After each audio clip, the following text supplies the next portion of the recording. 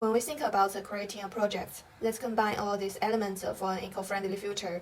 Let's call it MOS project. It's not just an app for growing moss virtually, it's comprehensive, diverse plan for ecological innovation. The aim is to leverage technology and community engagement to nature a harmonious relationship between people and nature, reshapes our urban environment and inspire action that's good for the planet. For MOS Pet app, this app lets the user find and care for virtual mouse type through adventure and camera recognition, aim to improve the interest in nature conservation by teaching about mouse and its role in the ecosystem. For urban mouse, this plan integrates mouse into urban design such as park, green roof, and water system to improve ecological health and climate.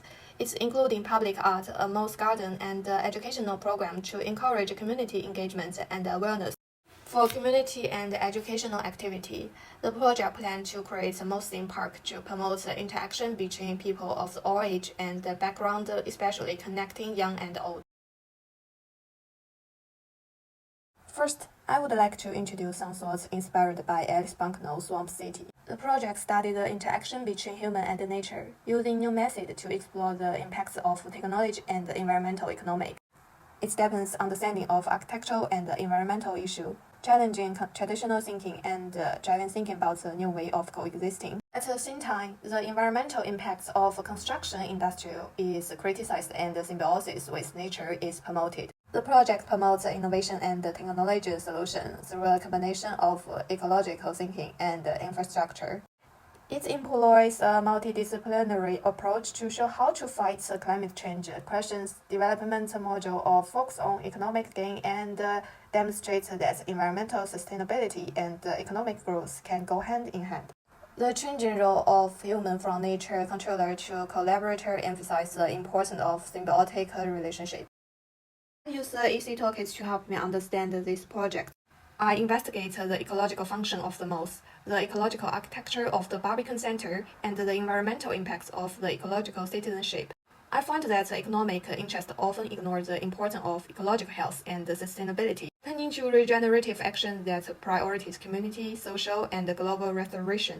I explore the possibility of living in harmony with nature and new capitalism in the face of climate extremism through the case of mouse leader urban regeneration and the Barbican Center. The Barbican Center uses concrete to demonstrate the durability of design. By integrating nature elements such mouse into urban and architecture design, the city adaptability to climate can be enhanced and the possibility interaction between human and human life and the ecosystem can be promoted. In the project's most leader urban regeneration, I hope to allow ecosystem to grow freely with minimum human intervention through the approach that allows nature to recover on its own and take back the reign. This approach demonstrates how eco-citizens can harness the power of nature to increase the climate flexibility of the city. I embrace the circular economy approach to foster sustainability urban growth, minimize the waste and extending the lifespan of products through sharing, leasing, reusing, and recycling. I hope to use mouse ability to purify the air to improve city ability to adapt to climate change and make a mouse into park, great roofs, and similar space.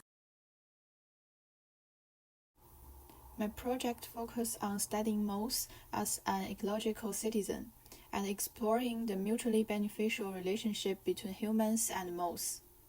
We conducted field surveys in Kingston and nearby areas to observe and document the natural habitats of mouse, and additionally, I researched the relevant paper and read gathering mouse to further understand mouse characteristics and its significance in human society.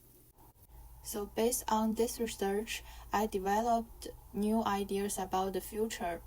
I believe that mouse, being small and adaptable, will become more valued by humans and used in various places like buildings, home, and clothing.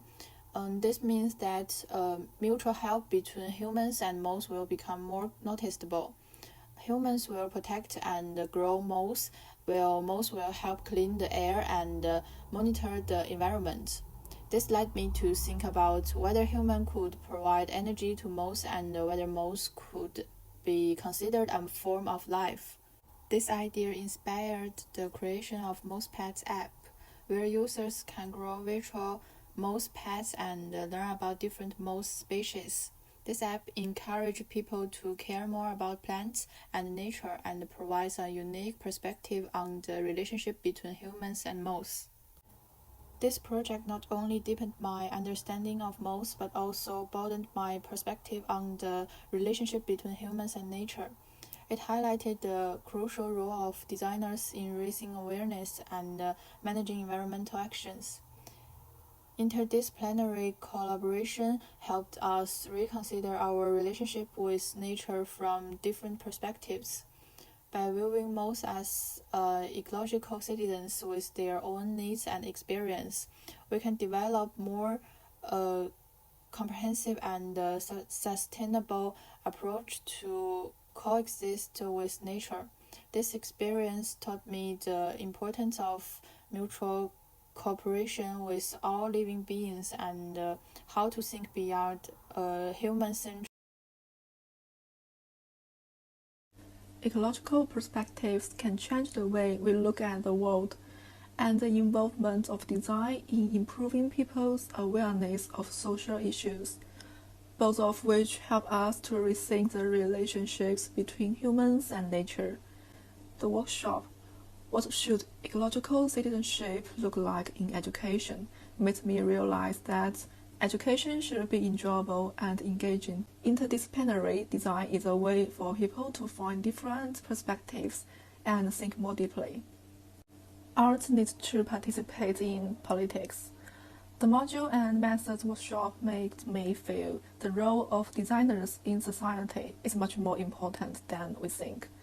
The interconnectedness of design with society and the environment makes people more socially responsible and long-term minded. Our group also went to see the Resistance exhibition, which proposed that women and nature are armor for each other, and raised two social issues at once, making me realize that the ecosystems and human society are very similar.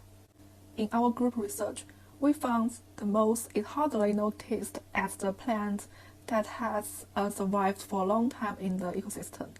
We firstly studied the moths near Kingston Bridge, such as the movement of people and animals. Most people hardly care about these small things in the corner of the city.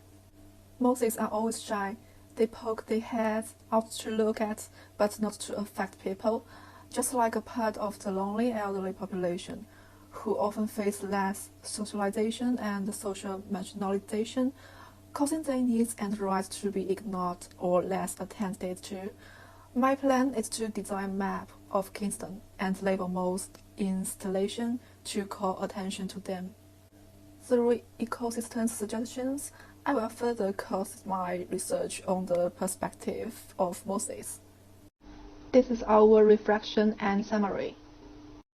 Citizen engagement and programs. Citizen engagement in design helps us to see problems from different perspectives and to identify them. Different perspectives can help us design better programs. Serving citizens is one of the most important sources of design. And for the technology and the interdisciplinary collaboration, new technologies can explore the boundaries and the possibility of design. Interdisciplinary collaboration is important for designers to facilitate social development and professional exchanges. To analyze and address multiple aspects of a problem and to come up with more comprehensive and effective solutions. They are all directions of thinking in which we act to promote sustainable development and social progress. Design is a tool. We need to discover and change the status quo by anticipating the future and responding to unknown crises. Thank you for your listening.